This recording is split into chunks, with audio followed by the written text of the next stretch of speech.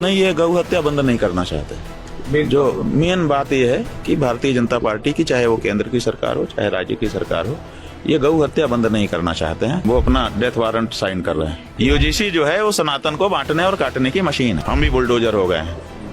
हमें जो सामने आएगा, अगर वो गौ हत्यारा है तो बुलडोजर उसके ऊपर चढ़ेगा। थोड़े दिन पहले ही इन्होंने कहा था कि एक बहुत बड़े घोटाले का सारा सबूत हमारे पास आ चुका है, और ये कहने के बाद ही इनके साथ एक घटना घट गई।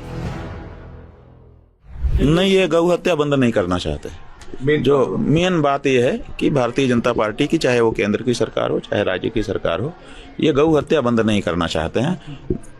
बस वो कहते हैं कि ये बात तेजी से उठा रहे हैं, इनकी बात को दबाओ, गौ हत्या बंदी की बात ना करे जाए। डिप्टी सीएम क्या लेट कर दिए आप तक अपना निवेदन? डिप्टी सीएम जो है, उन्होंने क्या लेट किया, क्या वो किया, वो तो उसी सरकार का ही अंग है ना।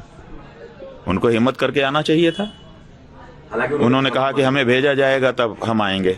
इसका मतलब तुम्हारा कोई विवेक नहीं है। महाराज जी, अभी अमित शाह गृह मंत्री जी ने गुजरात गांधीनगर में एक बयान किया है कि जो भी सनातन धर्म का अपमान जो सत्ता सरकारें करती हैं, वापस वे सत्ता में कभी भी नहीं वापस नहीं आती हैं। तो हाँ, तो समझिए कि वो अपना डेथ वारंट साइन कर रहे हैं। मंच पे इन्होंने कहा बटोगे तो कटोगे, और अब बांटने और काटने का मशीन ला करके रख दिए हैं यूजीसी। तो सनातन यूजीसी जो है वो सनातन को बांटने और काटने की मशीन है। ये सनातन महाराज जी कैसे आगे लड़ेंगे? महाराज जी, वो नहीं लड़ पाएंगे, क्योंकि उनका उद्देश्य ही है सनातन को समाप्त करना। चोला सनातन का और चोट सनातन को। सरकार होगी, कौन उसका मुखिया होगा, कौन क्या होगा, कौन नेता है, कौन पार्टी है, ये सब हम कुछ नहीं देख रहे हैं। हम भी बुलडोजर हो गए हैं। हमें जो सामने आएगा, अगर वो गौ हत्यारा है तो बुलडोजर उसके ऊपर चढ़ेगा। चारों शंकराचार्य कब अलग अलग थे? चारों शंकराचार्य सदा से एक हैं। कब अलग हैं आप बताइए? कौन सा संदेश देना है? कोई संदेश ही नहीं है।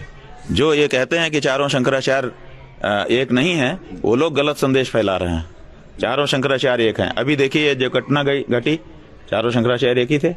कौन अलग था? कल दुखद घटना हुई है महाराष्ट्र के उप मुख्यमंत्री की फ्लाइट क्रैश में अजीत पवार जी की मृत्यु हो गई। इस पर ममता बनर्जी ने सुप्रीम कोर्ट से जांच की मांग भी की है।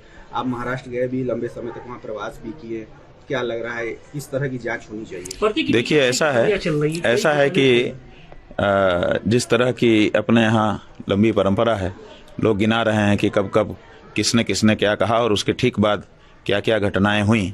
इसी परिप्रेक्ष्य में इनके बारे में भी कहा जा रहा है कि थोड़े दिन पहले ही इन्होंने कहा था कि एक बहुत बड़े घोटाले का सारा सबूत हमारे पास आ चुका है, और ये कहने के बाद ही इनके साथ एक घटना घट गई। इसीलिए लोगों के मन में इस बात का संदेह है कि कहीं इनके साथ कोई घटना कारित तो नहीं की गई। इसी के पहले